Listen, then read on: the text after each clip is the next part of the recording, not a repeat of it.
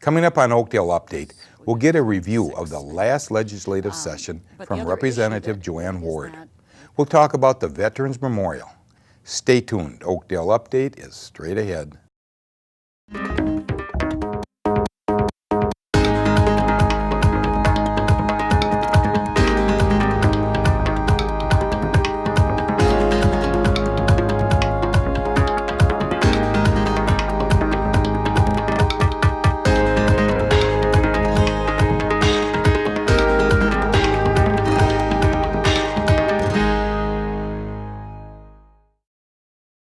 Hello and welcome to Oakdale Update. I'm your host, Frank Orsello.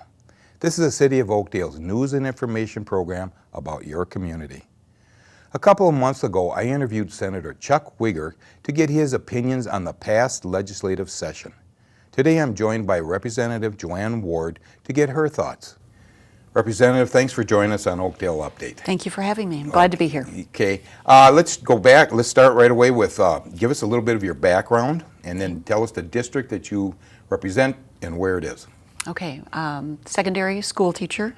I am an independent businesswoman. So I had my own business and then I was executive director of a nonprofit. So I've kind of covered all of the sectors. My district is the northwest part of Woodbury, South Maplewood, South Oakdale, and all of Landfall. That's District 53A. 53B is the rest of Woodbury. Okay. So did your area expand or shrink or anything with the when they recounted last year? Redistricting was in 2010 to be effective in 2012, and was Nora Slawick's district, which moved from, she was only in Ramsey County and she moved into Washington County. Okay. Yep. So the size of the districts are pretty much the same, roughly 40,000 people. Okay. I have a little over 40,000 people. Okay.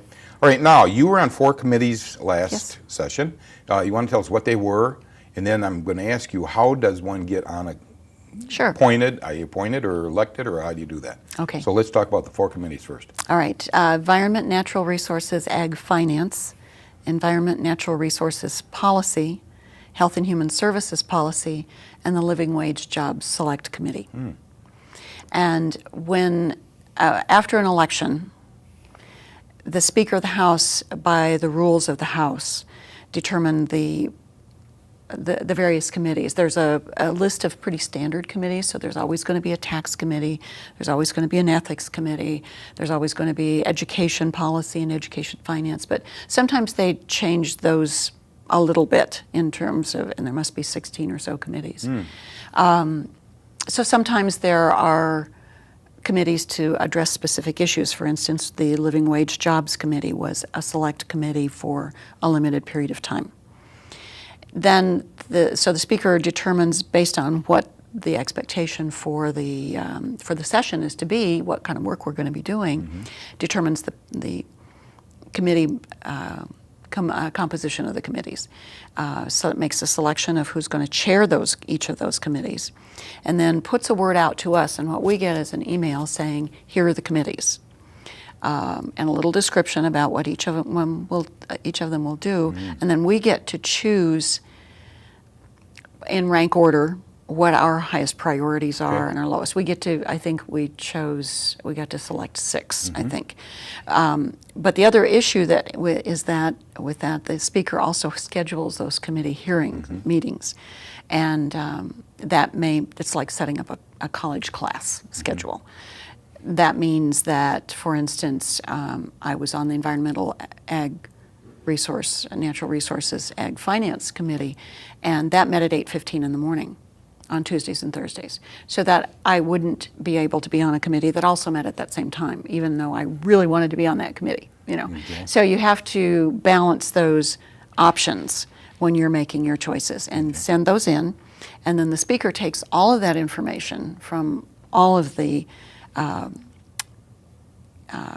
representatives from his or her party, and balances the committees based on our backgrounds and our interests, what kinds of strengths we bring to a particular committee group, and how large the committee is going to be, and so he puts the committee together based on that party.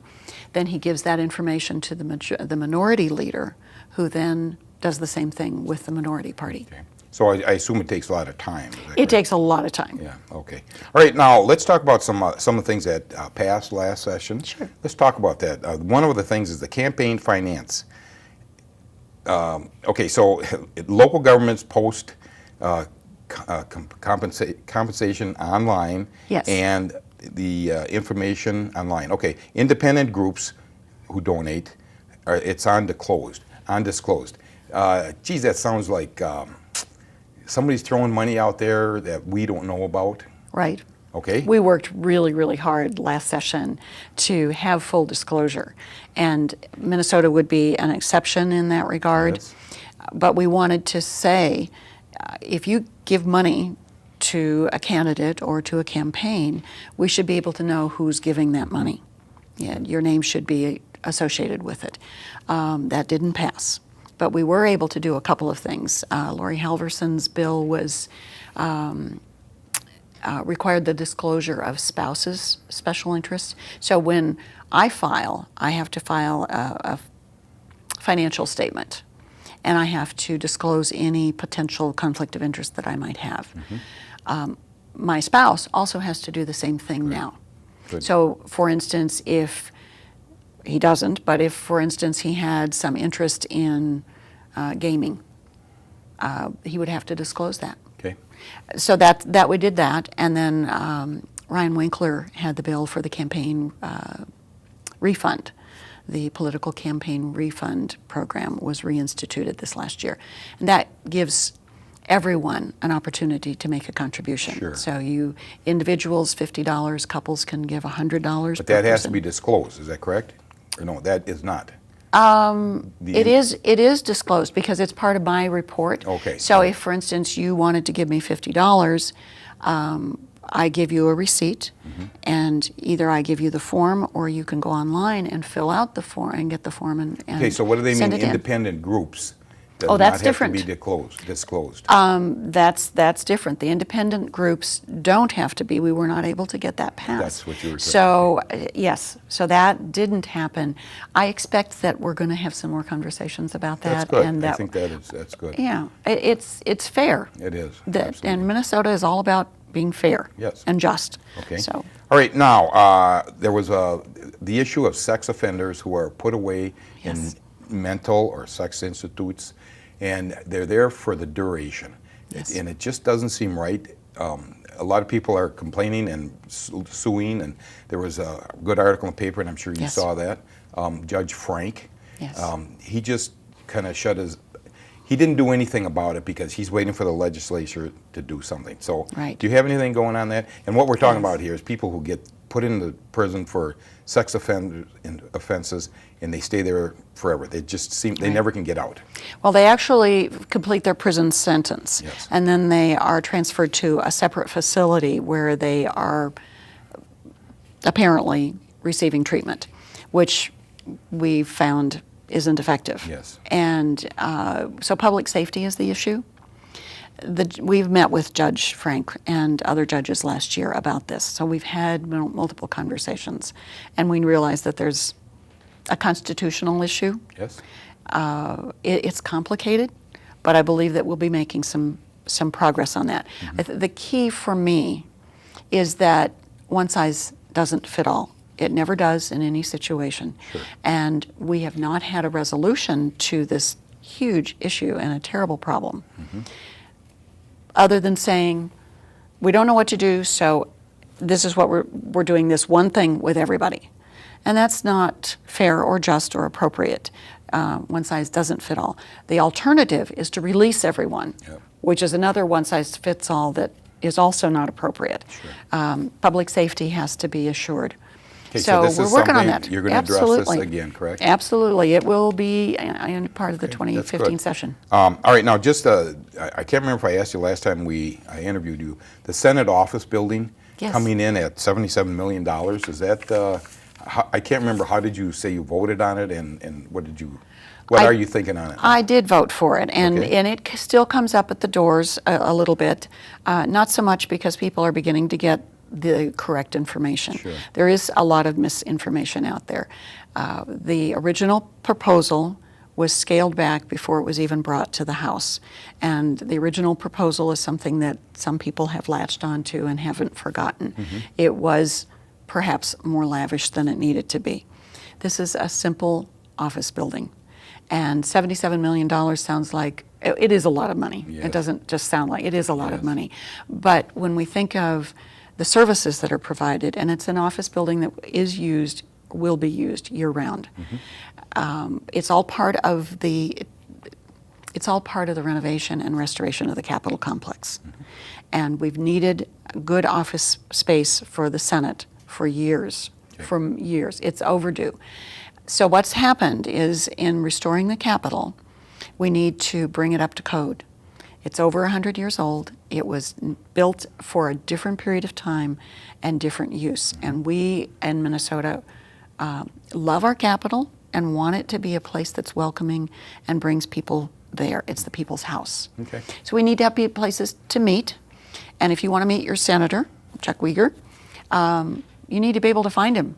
And I can guarantee you it's pretty hard to do in the current setup. So we're going to have all of the senators in one building. We want them to work together, so they need to be in one place. And it'll be a building, an office building that's used year-round. Okay. Well, let's go right into the new session coming. First of Yes. all, did I ask you that you're running for re-election? Is I that am correct? running for re-election, yes. Okay. So well, let's. Okay, this all might be moot point here if just in case, but Just in case? I think you'll be fine. I think you'll be fine. All right, so Well, let's thank just you. talk briefly because we're Okay. low on time here. I understand. New session, what to look for. Okay, now transportation. You did mention to me before that there's Yes. a lot happening there. So very briefly, what? Very briefly, the transportation has been a growing issue. I know people are more aware of the issues all the time. We've reached kind of a crisis point in the cities. People are, I mean, I hear it at the door. The construction is so important, it's so necessary. We've fallen behind on the maintenance of the roads and bridges. And because of that, we're having to do a lot of rebuilding. And that's more expensive. We need to have a long-range, comprehensive, statewide plan that would be phased in over time. What can we do? But we also need to figure out how to pay for it How to and pay do for it, that. sure. Now that brings up the other point, the gas tax. Yes. We haven't had a gas tax increase for how long? Oh, many, many, many 20 years. years, 15, whatever it was.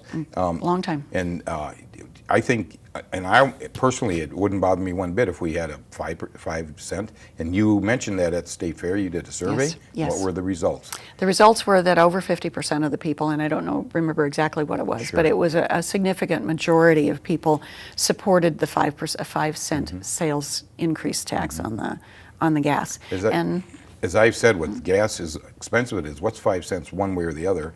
And it's up and down. it's up and down all the time That's anyway, right. and we really don't pay the full price of the gasoline anyway. Sure. The rest of the world does, and we have very inexpensive gas. The alternative, the other side of that coin is, with increased costs, it does impact people. It tends to be regressive then. People who have trouble getting to work and so we need transportation. Sure. We need an alternative to people, so people who can't afford increasing costs of gas or the insurance costs, that sort of thing. We need to be providing public transportation. But that's absolutely right. Okay, now you mentioned to me, I pre-interviewed, health in all policy, and this is through the Minnesota Department of Health. Could you explain that to me briefly? Sure. Okay. I want us to think whenever we do any kind of a policy or legislate anything in the state, to think about what the potential health impact of that legislation would be. So whether we're talking about roads and bridges, moving people, if we're talking about housing, if we're talking about the environmental work, water, what's the health impact? Just to ask that question as we're talking about taxes or MSOP, any of those. What's the health impact for the Interesting. community? So what does that mean? You ask the Minnesota Health Department, or collate with them? Or Yeah, I'm working with the Department of Health and other agencies as well. So what I want is for us to have a cultural perspective of supporting healthy decisions and physical health emotional health. Interesting. Very good. I think that's a wonderful idea. All right, now another thing we talked about is restorative justice. Yes. Could you briefly explain to us what that is? I could talk for hours about restorative Okay, justice, but but you so got- it's, we- I we're know, really running in out a of very time. brief time, it's about holding people accountable directly for misbehavior, broken laws, violations of relationships, holding them accountable and expecting them to make things right. Really? Now, That's whose in a idea was nutshell. this? Where did this come from?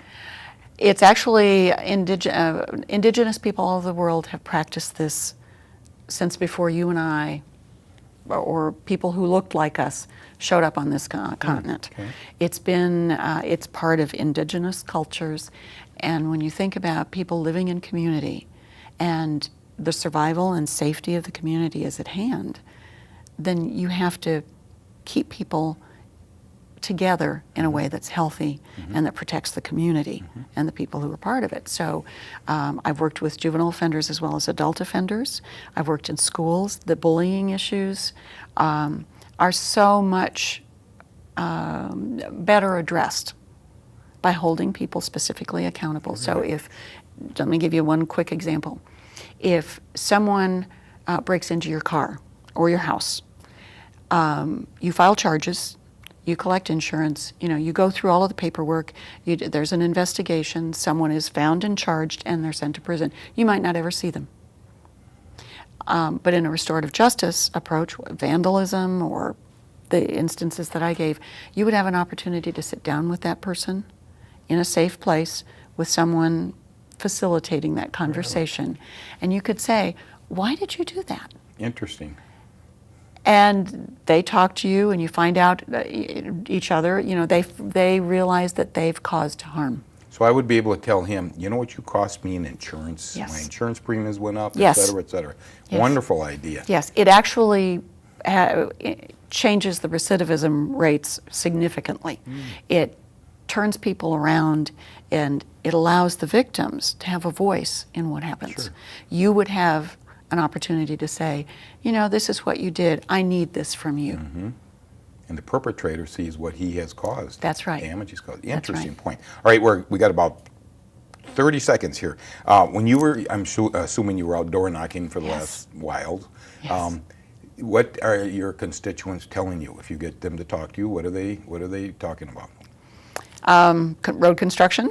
Very frustrated with it, but earlier in the summer I started door knocking in April, and they were all concerned about the potholes. We had such a late spring, so potholes, road construction, transportation issues are huge. Education is always top of everybody's list. They appreciate the investments that we've made. They appreciate the fact that we balanced the budget, paid back the schools, and that we put money into the rainy day fund and established a regular, as long as there's a surplus in the budget at all, a designated amount of that will go into the rainy day fund to keep that strong. So people are really concerned about those kinds of things. The MNsure seems to be moving along fine. I've run into a lot of people who are very, very pleased. They finally are able to do things, or because of the change in legislation, they're able to keep their children who are still in school, keep them insured. They're really, it's good news. I'm hearing good news at the door. People are very pleased with what we've done and are hopeful that we'll be able to continue doing that. That's good to hear, because Yeah. sometimes legislators catch a lot of heat. Well, I ask what people are concerned and what their issues are and what they want to see happen at the legislature next year. And we have really good discussions, Good. very frank discussions, but the underlying message is they're pleased with what we're doing and they want us to keep going. Good deal. All right, we are out of time, and I want to thank you for joining us today. You did a fine job, and good luck on your reelection. Hope everything comes about the way we would like it to be. Thank you. Okay, thank you for joining us. It was a pleasure. Thank you. Okay. We're starting a new segment on Oakdale Update where we'll give you a code enforcement reminder. This month, we're talking about new rules for backyard fires. This ordinance has been tweaked to clarify that only clean, dry wood may be burnt in backyard fires. Fires producing smoke that cause discomfort or a negative impact to neighboring properties must be immediately extinguished if a complaint is lodged and verified by police or fire personnel. What not to burn. green or rotten wood, leaves, needles, paper, refuse, grass, treated lumber, plastic, or combustible material. There will be more information about this code in the city's newsletter. It's almost time for a short break, but first, here's our trivia question. The 2014 Scott Carver Annual Buckthorn Removal Project in Oakdale Park is scheduled for Saturday, October 11th from 8 a.m. to noon. Our question is, how many years has the city conducted the annual buckthorn removal event? Is it 5 years, 9 years, or 13 years? We'll have the answer later in the show. It's time for a short break. Don't go anywhere. We'll be right back with more of Oakdale Update in just a minute. Hi, I'm Joe Cullen, host of Northeast Journal here on GTN Channel 16. Every month on Northeast Journal, we give you an inside look at the people and places that make up the Northeast section of the Twin Cities. On this month's show, we're going to celebrate the 20th anniversary of Northeast Journal and the Government Television Network. We'll take a trip down memory lane with a look at some of our favorite memories from the last 20 years. So be sure to tune in to Northeast Journal right here on GTN Channel 16. Welcome back to Oakdale Update. Outside of City Hall is the Veterans Memorial, which was a project several years in the making. The memorial honors all branches of the military with flags, 3 granite markers, and a brick paver walkway. Bill Rasmussen from the Veterans Memorial Committee is here in the studio today. Bill, thanks for joining us on Oakdale Update. Thank you for inviting me, Frank. Okay, now you've been living in Oakdale for about 100 years now, at least, haven't you? 20 years. 20 years, all right, that's close enough. Okay, so first of all, November 11th is Veterans Day, is that correct? Okay, now the Veterans Memorial, when did this idea come up and who came up with it? About 09, Ken Totis came to me and he says, you know, we need a Veterans Memorial. He said, let's start a committee. So he says, go ahead and find some people. So I recruited 7 good people and we started from there. Okay. So. And you have, okay, just give us a description. We might be able to have a picture up here, but just give us a description, what it looks like as you're walking up to the wall. When you walk up, into the first part of it, the 3 flags are there, of course, Americans in the middle. Then there's a monument in the center of an eagle, and it's got a verse on it from a guy from England that wrote it, and he gives permission to inscribe it on the memorial. Oh. And then there's three logos of the 3 armed forces on one side and 3 on the other side. Used to be 5, but they added the Merchant Marines to it now. Oh, good. So it made it even. Good. So we put that in there. Okay, so on the ground, you have pavers. Now describe what a paver is. Paver is a brick that's 5 by 8, and it's set into the ground, nice and tight, and they're in separate rows, and so we got rows of small and then rows of our pavers, and we got room for 584, and right now we're about 271, but we've got 11 or 12 to put in now in this next month. Okay, so who can, okay, now the pavers are what, $100 now? Right. $100 per paver. Right. Okay, and who gets to go on there? Anybody that served in the service, and we don't care if they're from Oakdale or where they're from. We've got some from out east where their daughters or sons or something live in Oakdale now and they wanted something for their father. So we got them pretty well spread out. But anybody that served in the service. Okay, and just as an afterthought here, my son is still in the service. He's a career Navy, Right. and we have his name in the paver, Right. in the date of enlistment, and blank for when he gets out. Right, and when he gets out, you just notified us, and we'll have the engraver come out and engrave it in place the last date that you want on there. Good, that's great. Okay, now, how did you finance this? Well, we started out just trying to sit at the Summerfest and everything else to get it going, but we weren't doing so good, so we decided to raffle off a motorcycle. So Tom over at Harley, he helped us out and got us a good deal, and we made about $8,000 on this motorcycle, which really set us going. The other thing that happened was it was a higher price, but we found out that Versalock would make a double fractured wall instead of putting a double wall up, cut our price right in half. Really? So we went from about 90,000 down to about 50-some thousand. Wow. Then we just kept working our way in there, and we got down to about 44,000. So we had a good savings on that. Okay, so you borrowed the money from the city, Right, and we now borrowed you're from the paying city. it back. How much do you owe them now? I think we're just under 9,000 now. You owe about $9,000. Okay. You mentioned before about all the people that were involved in this. Let's throw their names out here because they deserve credit. I don't want to forget anybody, so I'm going to use Absolutely good. Got That's good. Roger Ball, who is in the honor guard over at the Legion in North St. Paul. Randy Bastier, which is the commander over there. Of course, he was part of Parks superintendent. Ted Berth is my secretary. Kent Dotis was in there. He was the original one, but then he just let us do it after that, after he got started, because he was on the council. Dave Hunt is our vice president, and Howard Lynch from the VFW. He was my treasurer, and he still is. And Linda Nelson helped us out with the flowers and stuff. She did, sure. Yeah, and then myself and Elizabeth Simultek, she's been around a long time. She's on a committee, but I got Joe Samuel was with us, and he designed it. We told him the basic shape of it, and he worked it out and worked the curvatures out and everything else so we could have it, and it worked out really well. Is he local? Yeah, he was with MSA, and he lived in Oakdale. Oh. I think he still does, but he switched from them and went to Excel Energy. Oh, really? Got a good job at Excel Energy now. Really? So he volunteered for this, huh? Right. Good. And the ironic thing about when we got done with it, with the pavers and the sidewalk net, it looks like an oak tree. It's got the same shape as the oak tree, and it good worked for out really him. nice. Okay, now how do you advertise about for this? Well, we do it on the update. It's out, and so it's in the summer magazines that we have the updates. They advertise on that, and then we go to the farmers market. Yep. Every Wednesday, Ted and I are at the farmers market, and that's a good advertisement, working with the people. But I just kind of word of mouth, and then at the Summerfest. We're there at the Summerfest, and so people get to see us and talk about it. What a problem we had was in the beginning was nobody wanted to buy a paver because we weren't doing construction. So we borrowed the money to get construction done. Now it's better yet. I mean, we're selling a couple pavers a week. Good. But Good. Okay, so November 11th is Veterans Day. What do we have planned up there? we have a different plan this year that we're going to involve the Boy Scouts.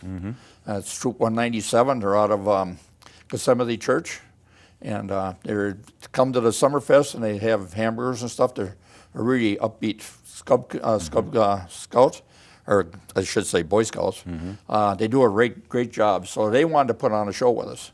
So they're going to do a flag and how to fold a flag and do that. And the flag will be at half staff from the morning.